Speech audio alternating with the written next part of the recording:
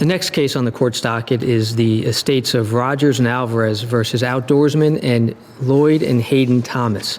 This case involves the shooting death of Mr. Rogers and Mr. Alvarez by Lloyd Thomas. In a criminal case, Mr. Lloyd Thomas was found guilty of voluntary manslaughter. After the criminal case, a civil case was filed by the estates of both Mr. Rogers and Mr. Alvarez. After some concern over venue, the case was heard before the trial court in Susquehanna County. The question involves that the jury in the civil case returned a verdict that Mr. Lloyd Thomas, Hayden Thomas, and Outdoorsman were found not liable for any damages in the deaths of Mr. Rogers and Mr. Alvarez. The issues presented before this court concern whether or not the court properly allowed questions regarding negligence to be brought before the jury in light of a criminal conviction for voluntary manslaughter.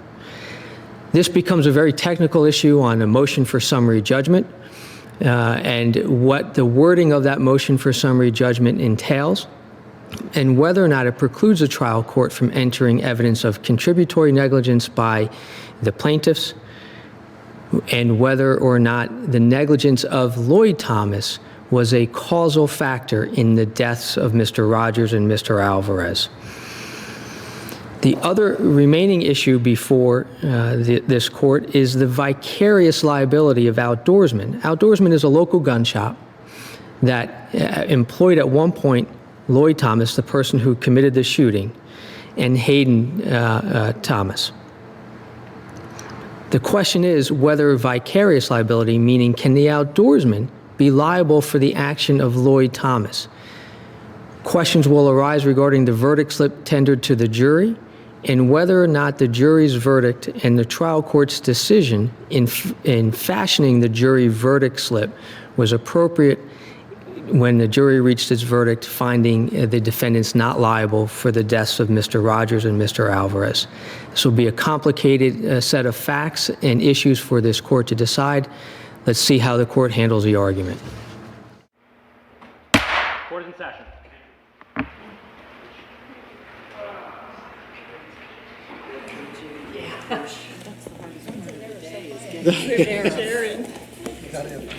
Oh, and you're strong, too. Good afternoon. Thank you. That break was well needed. It was a good idea. All right, we're up to case EO 3006, Rogers versus Thomas and Bennett versus Thomas. The attorneys here? Would you come up here, please?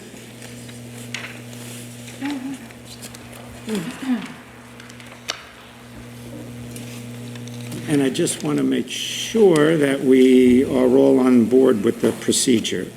Counsel for the appellants, the estate of Rogers and Alvarez, is that you? How do you pronounce your name correctly? Pisanchyn. Pisanchyn. And then we have Mr. Weber and Mr. Sheridan.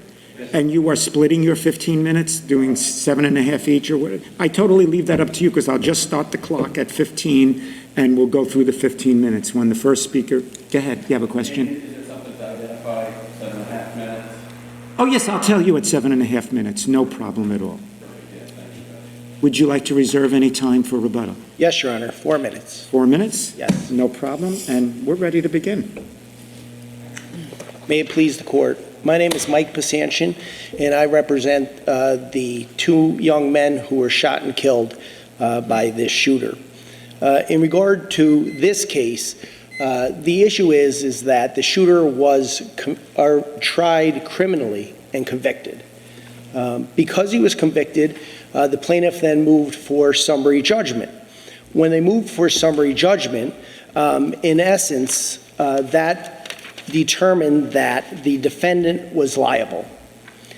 There's some questions in regard to causation, but in this case, we know without a doubt that the shooter shot and killed these two men. So their deaths were obviously caused by the shooting. So then one would ask, how in the world am I here with a jury that awarded against the plaintiffs? And as your honors, I believe, know, that once summary judgment is entered, the plaintiff has the right to rely upon that. And so that's what happened in this case, and that is that the plaintiff relied on the fact that summary judgment was entered. Now, in most criminal cases, there may be a differentiation or something different about the elements that have to be proved in the criminal case compared to the civil case. In this case, though, the whole issue of the criminal case was whether or not the shooter was justified. And the criminal jury determined that the shooter shot these young men intentionally, knowingly, and without legal justification. And therefore, that should preclude the defendants from raising liability issues. In regard to the difference between the criminal and the civil case, in this case, the civil case, we had also included the outdoorsman, which was a gun shop, and also the president, who was also the father of the shooter. The outdoorsman knew, in this case, several factors, and that is that as recent, the shooter had pulled a gun on 2 or 3 people previously.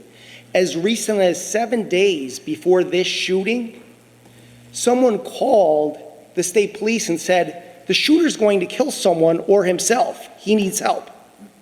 The state police call the father, who's the president of the corporation, and tell him, the shooter needs help. He's going to hurt someone. And the president doesn't do anything whatsoever. Taking the fact that the shooter was previously in rehab, and also the fact that the shooter, in fact, was running around naked a few years earlier, all of which the president knew, would reasonably lead the president to know that he should not allow the weapon to be used by the shooter. And the fact about it is that we have evidence in this case that the gun was owned by the outdoorsman, or under Section 308, that Lloyd Thomas, the shooter, was feeble-minded. I mean, how could you say he's not feeble-minded? Counsel, could you address the issue with the verdict slip and the fact that the trial court did not direct the jury to find the shooter negligence? Could you respond to whether or not that constitutes a harmless error? Well, Your Honor, we know, and as noted by the majority in this case, we know that it can't be harmless error because they assigned 0% to the shooter. And because they did that, that's how we know it can't be harmless error. And so to say it's harmless error, the argument would be a lot stronger if they assigned a portion like they were required to the shooter. They didn't here. But doesn't that constitute overwhelming evidence that the jury found the defendants not responsible? I mean, they assigned 100%. Well, Your Honor, I think that just because a judge compounds the errors, and I objected to the verdict slip being like that, just because the trial judge makes several errors, it's even worse for us. And that is that those questions should never have been answered. And I think even Judge Stabile in the dissent said that they should not have been answered. And even Judge Stabile said in this dissent as well, I believe, that the box should have been checked. So we know that if the case was retried, even according to the dissent, that there would clearly be a different result. And so how could that be harmless error? So Counsel, there were 5 actors here, 5 potential people who could have been at fault. The 2 defendants, and then, or excuse me, the 3 defendants, and then your 2 clients. Two defendants, Your Honor.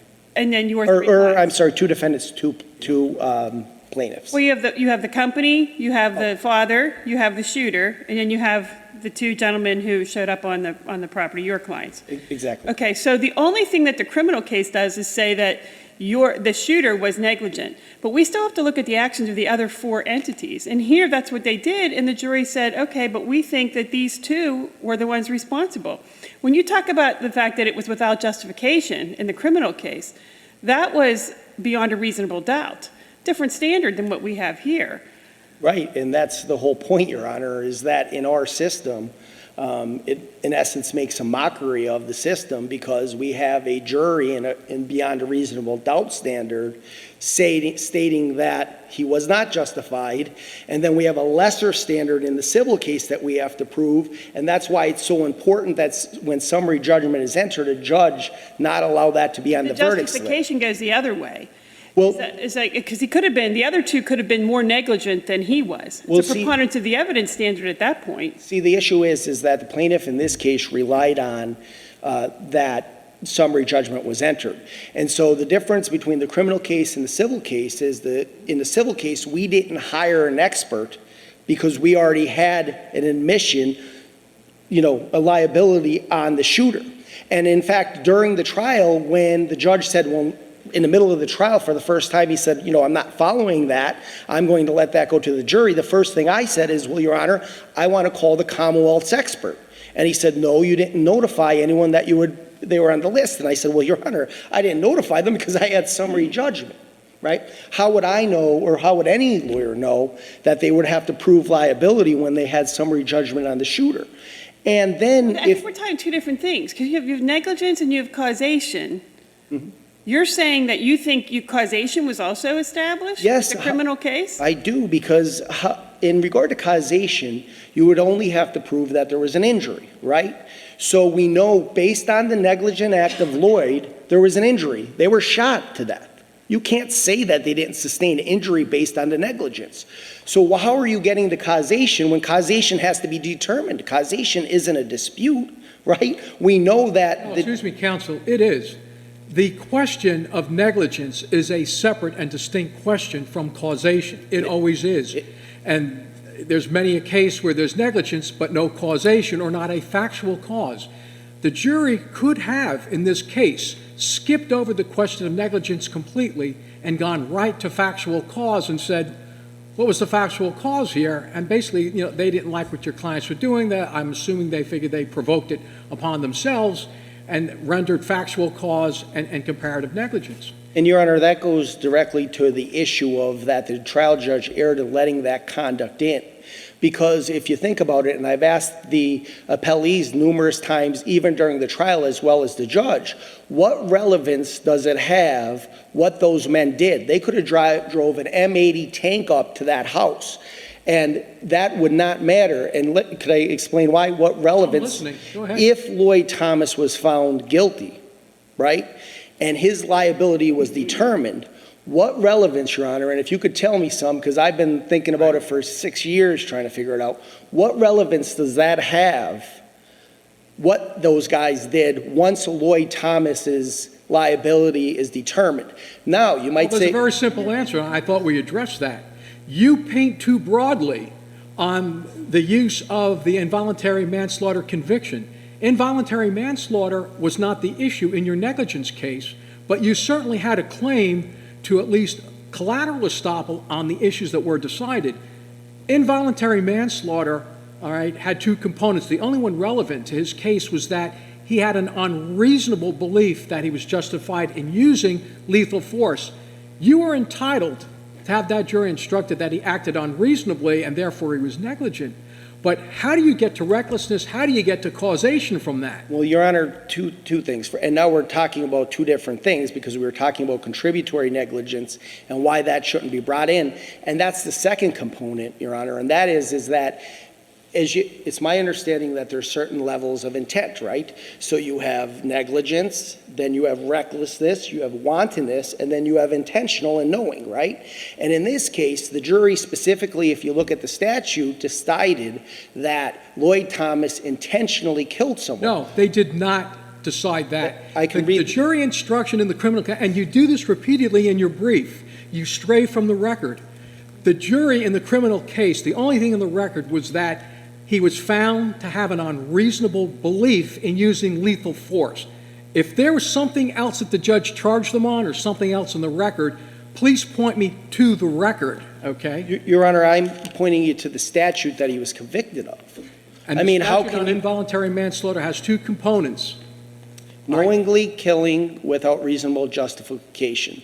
That's the component, Your It's Honor. heat of passion, and it's an unreasonable belief. You It's- could only fit under the second one. Your Honor, if you look at the, I understand your point, but if you look at the statute, though, let me ask you, the Gortel versus Muth case decided by our court is almost practically on point with the type of error that occurred on the verdict slip in here. Have you reviewed it, and if you have, can you distinguish it? Your Honor, if I had advance notice, I certainly would. I don't really know that case. If you Fair told me the enough. facts, I might, but if I have the opportunity, I would have no problem submitting a supplemental brief. Excuse me, PJ, if you could just indulge me, there's a problem with your brief. On what basis do you include in your supplemental brief the expert report that was excluded out of the record? And on what basis do you include the police report that was not admitted into the record in this case? You've now tried to get it in on appeal.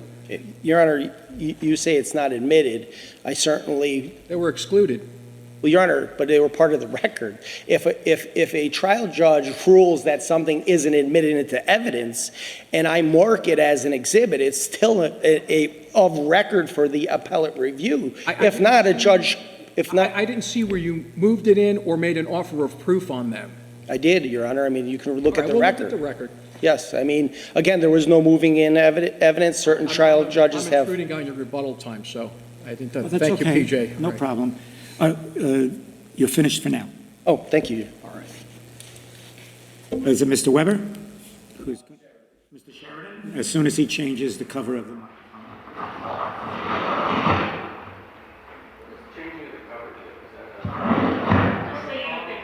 Breathing on it, no. No. Oh, no, that's regular protocol. All right. It's for your Since protection. COVID, that's fine. Okay, I appreciate it very much. So my name is Mark Sheridan, attorney out of Scranton, Pennsylvania, and as always, every time I come here, it really feels very special and an honor. So, and thank you for your remarks at the beginning of the session You're welcome. this morning. Counsel, who do you represent? I represent Lloyd Thomas. Thomas, okay, not the outdoorsman. Okay. So let me just start off making a few comments that I'd like to make. First of all, I think that I have. Are they splitting their time? Okay. Thank you. Oh, wait, Go ahead, I'm sorry. No, that's fine. I think that I have done just my absolute best in terms of the supplemental brief that I have filed with the court, and also I filed the corrected brief that was filed with respect to the first appeal up here. So in reviewing everything for today, I'm very satisfied that I've gotten across everything that I want you to be aware of, the case law, my views on the case. A panel of you came up to Scranton recently and said, make sure your brief is what you want it to be, because that's what we look at, that's what we remember, and when we go back, that's what our law clerks are going over. So I would just start off on that. So the other thing I really want to stress here is Judge Siemens, Kenneth Siemens, don't know if any of you have any personal acquaintance with him. He was the only judge in Susquehanna County for 27 years. Okay? He became retired status 3 or 4 years before this trial started. 31 years. This judge gives jury instructions on the basics without looking at anything. This is a very, very thoughtful judge, very considered judge. And keep in mind, please, he is the judge that oversaw the criminal case of Lloyd Thomas and sentenced him to 6 to 12 years. If there is anybody familiar with this set of facts, anybody familiar with the constellation of things coalescing as they did that day and understanding the tragedy and the poignancy of everything, it is Judge Siemens. So this case was first filed not where everything happened, not where the shooting occurred. It was filed in Lackawanna County. And that's because Lloyd was out on probation at the time he was served, and swear to God, his house that he was living in out at Crystal Lake, the property line for Lackawanna County and Susquehanna County goes right through the middle of the house, okay? Then after the criminal trial, plaintiff's counsel filed suit on behalf of the other decedent and filed that case out in Luzerne County. We came up here on preliminary objections, venue. So once that happened, I knew this case was going to be in Susquehanna County and begged this visiting judge from Monroe County who came in here and heard this bare bones motion for summary judgment, please, when I tell you I'm begging a judge not to do anything, this case is not going to be tried in Lackawanna County. These issues are so important. Let the judge who's going to try this case make these critical decisions. He just sort of waves me away. And the thing I want to just really make really clear here is the motion for summary judgment that we keep hearing about, okay? It's 5 paragraphs long. It is the most bare bones, threadbare motion for summary judgment. It does not ask that Lloyd Thomas be found negligent as a matter of law. It does not ask that he be found causally responsible at all. It does not ask that he be stopped from doing anything at trial with respect to damages. It doesn't ask that damages be the only thing against Lloyd going forward. He was not willing to even address my issues on comparative negligence, assumption of the risk, and I kept saying, and it's all in the record, the only thing that criminal conviction does, in my mind anyways, is stop Lloyd from saying, I did not shoot these people, I did not intend to shoot these people, and he was stopped from arguing that I had a reasonable belief. Okay, so. Okay. Counsel, and on the summary judgment motion, the court only indicated so much as that the plaintiff was entitled to some preclusive effect of the criminal conviction, but wasn't specific as to in what regard. Exactly. That's the other thing I've been trying to make so clear here is that even when you read through that opinion doesn't say anything in terms of finding Lloyd negligent as a matter of law. So it was left to the trial court to basically then take that holding that there's some preclusive effect out of the criminal proceeding and decide what that preclusive effect was. That's exactly right. And when you look at his order that he wrote in connection with the motion in limine, where plaintiff's counsel wanted to keep out everything about what his clients did, Judge Siemens, if you look at footnote 1, it's a 3-page opinion, again, so thoughtfully goes through, and even goes through Judge O'Brien's order, looks at what the actual law is in the country, right? And there's nothing from the Superior Court at that point in time on voluntary manslaughter. Because I think the big issue is what is the effect of this summary judgment order? And what you're explaining is it didn't deal with the collateral estoppel, whether Lloyd was negligent as a matter of law or any of these other points or causal responsibility. The only impact was that Lloyd couldn't deny that he committed the shooting, and that was it. Yes. Not that he was negligent as a matter of law, because Pellin is arguing that it was reversible error for the trial court not to indicate on the verdict slips that Lloyd was negligent as a matter of law, but you're saying that wasn't decided in the summary judgment motion. Yes, that's exactly right. And if you look at Judge Siemens' order on the motion in limine where this issue is brought back to bear, he doesn't dismiss Judge O'Brien's ruling. What he does is he gives it its proper role and proper limitations for purposes of the trial that is going to unfold that will have 30 witnesses and last a week and a half, and you've got a record of 7,000 pages. So that is exactly, Judge Siemens does not disrespect the order. He takes it, and he takes from it what that opinion actually says. You don't contest that the judge should have charged the jury that the defendant here was to be found to have acted unreasonably or negligently. Well, that was the factual underpinning of the criminal conviction. Yeah. My view is what the criminal conviction does is that it stops Lloyd from taking any factual positions that were contrary to what were found against him in the criminal case. I do not concede the idea that he should have been pre-marked as negligent as a matter of law. And Judge, and if you look at the cases that have actually dealt with this issue, we're talking about the interplay between voluntary manslaughter and a civil trial.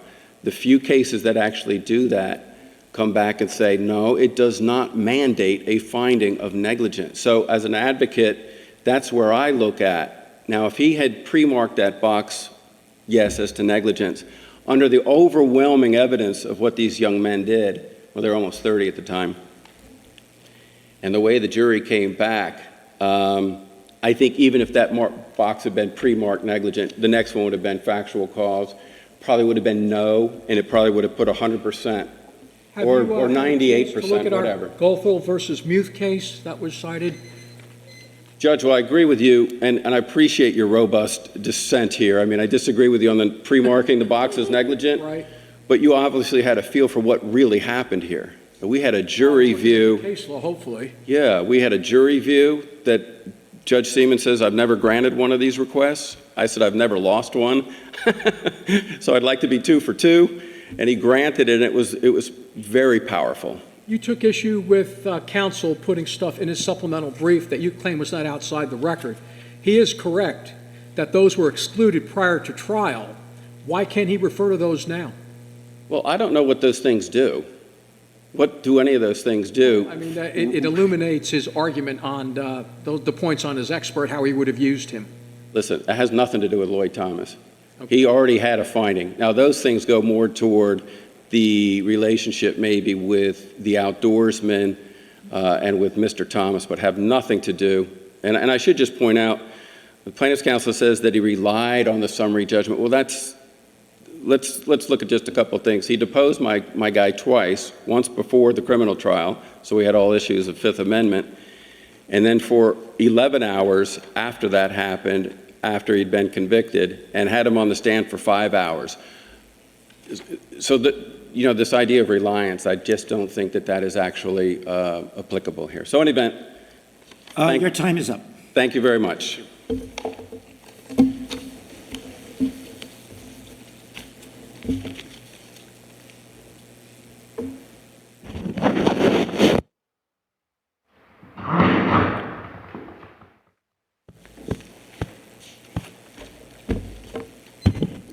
May it please the court. Gary Weber for Hayden Thomas and the Outdoorsman. There are a lot of issues that have been raised on this appeal.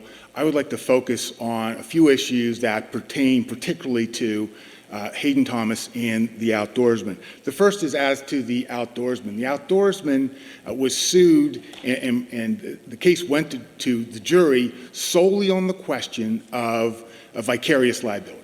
Now, excuse me. The verdict slip only asked if the outdoorsman was negligent. I was wondering, coming in here, there was no special interrogatory as to whether the outdoorsman was either negligent or vicariously liable based upon scope of employment. That was not included in the verdict slip by either party, from what I can tell. Is that wrong? No, that's correct. It was not. Okay. And it wasn't requested by, I don't believe it was requested by plaintiff's counsel. No, I didn't see that on either proposed slips. So how can we even review the question of vicarious liability on what the jury did in this case if there was no special interrogatory submitted to them to make a finding on that? And Your Honor, that makes it difficult. I do believe that Judge Siemens gave a point for charge on vicarious liability. Sure. And that would have been subsumed in their finding of negligence then? Yes. But there was no special interrogatory separately for negligence and vicarious liability. That's correct. So we don't know the basis upon which they made factual determinations of vicarious liability. We don't. Or how they rejected it. Or how they rejected it. Was there evidence in the record, I think, that you said that he wasn't in the scope of his employment? Well, that's actually my argument, Your Honor. What's the factual dispute? There was no question that he was not in the scope of his employment. He was not performing work for the business. In fact, he was there solely to take care of his father's dog. So the layout of this facility is you have the house, next door to it, attached to it is this shop. So Hayden Thomas ran this shop. The evidence is that Hayden Thomas had the shop open when he was there. It was closed when he wasn't there. He wasn't there. He was at a show. So he asked his son to go to the house to care for the dog. Son, Lloyd Thomas, was there caring for the dog. At the time, I believe he was getting bird feed out to feed birds. He was not in the shop. There's no evidence he was working in the shop. There's no evidence that he was doing anything for the outdoorsman at the time of this shooting. Was the shop open at the time for the general public to come in and shop? It was not. In fact, the sign said open by appointment only. So, but there's no evidence that it was, that the door was unlocked, that he was there working in the shop. And in fact, he never worked in that shop. There was a prior shop that had burned down. He worked in that shop. And when that shop burnt down, Hayden Thomas established a second shop at his house that he ran, and the evidence is that Lloyd Thomas never did. I'm assuming the plaintiff put in evidence to argue against your facts on whether he was in the scope of his employment, but if there was competing evidence, the jury was free to decide which they were going to find. That's how it normally works, Your Honor, except there was no competing evidence. In this case, there was no evidence that he was actually working at the time of this shooting. The only evidence we have is that Lloyd Thomas would occasionally perform paperwork, fill in some forms, fill in they call it the book, which is when gun sales you have to keep a bound book. He would do that, but there was no evidence that he was doing it on that day. Is vicarious liability a different cause of action from negligence? No, it would be the same. It would be the same cause of action. So they would have to be. That they were guilty for his negligence based upon vicarious liability. Correct. It's a separate theory against the shop owner. It's a separate theory against the shop owner, and the plaintiff would have to prove those things necessary to prove that he was working within the scope of his. If you go to trial on 4 causes of action, but you submit a jury slip that only asks the jury as to 3 of the 4, and the 4th one's left off, and there's no objection lodged, can you be heard to complain about the 4th that wasn't decided? No, wouldn't think so. Is that what happened here? Well, there's a lot of things that happened here. A lot of that process was very confusing. I will tell you that we took an entire day to sort out the points for charge and the slip. Yes. And the slip that was presented by plaintiff's counsel was a mess. It was multiple questions that were sort of pointed that led the jury to a certain conclusion. It was completely unacceptable. Both had very different jury slips. Yes. The judge tried to do what he thought was appropriate. Exactly.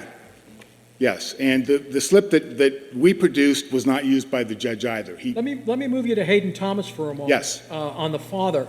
I believe counsel over here pointed out all the incidences where the father was aware his son may have had some problems, that there were previous shootings or whatever, but I thought the ruling of the court was that in order to find father liable, you had to show that he owned the gun and that he had the ability to control the son's use of that weapon, and that there wasn't evidence on either of those, so the summary judgment was granted. Absolutely. That is the law under the Restatement of Torts, Section 308, and also the Whitrine versus Burkholder case from this court.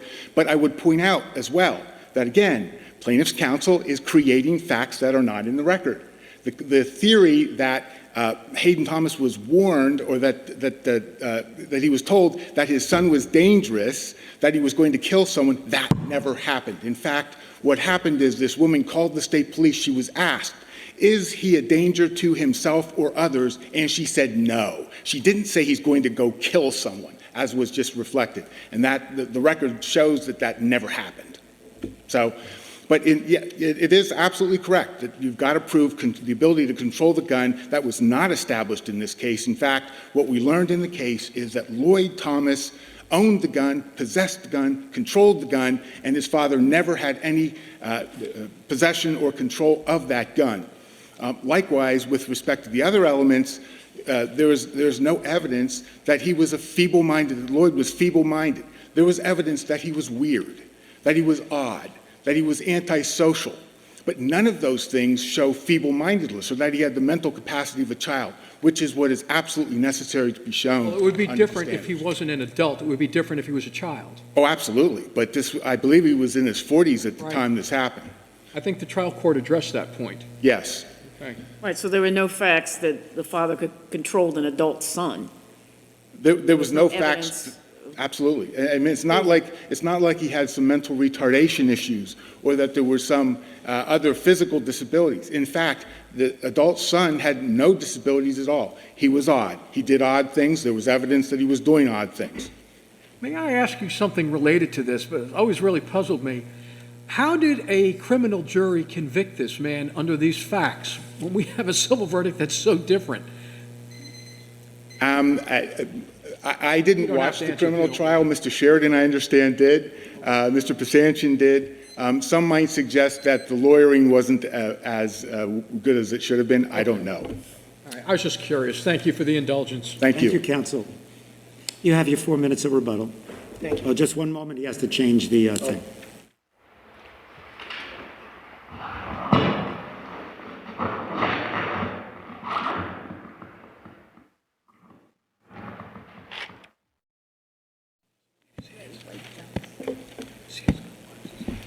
We're ready. I wanted to address some very important points.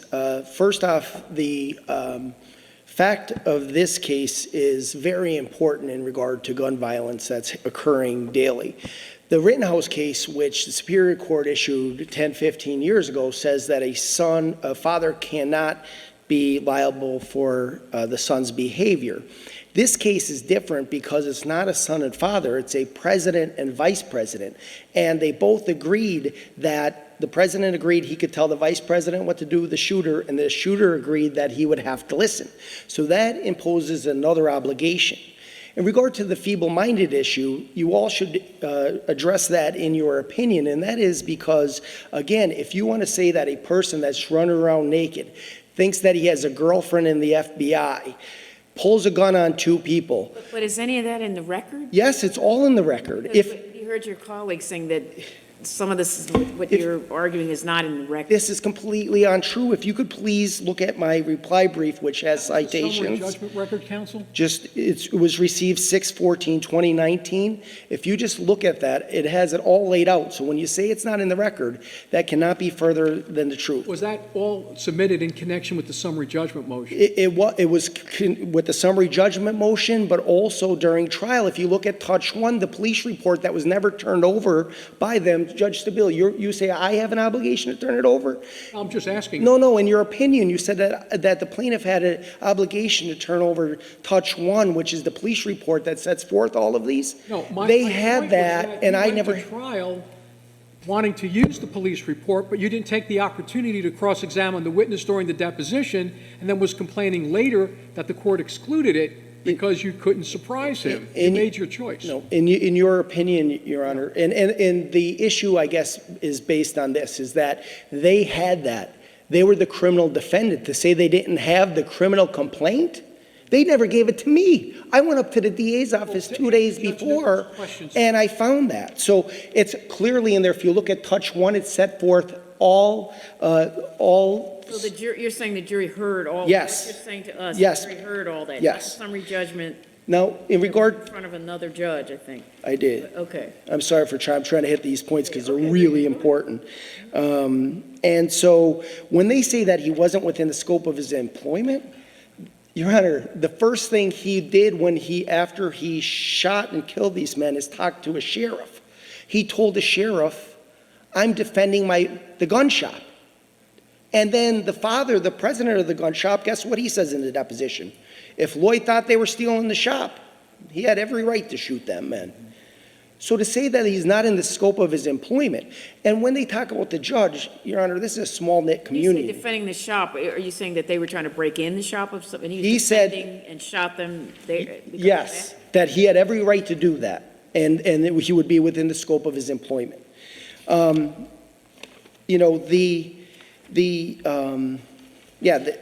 issue in this case is that we know here that we have a shooter that should have never had a gun. The gun was owned by the outdoorsman. To say that the outdoorsman can't be liable, Wait a minute, I thought the record showed, because the outdoorsman dealt in selling guns, that the paperwork was such that no one was listed as the owner until there would be a transfer to a purchaser.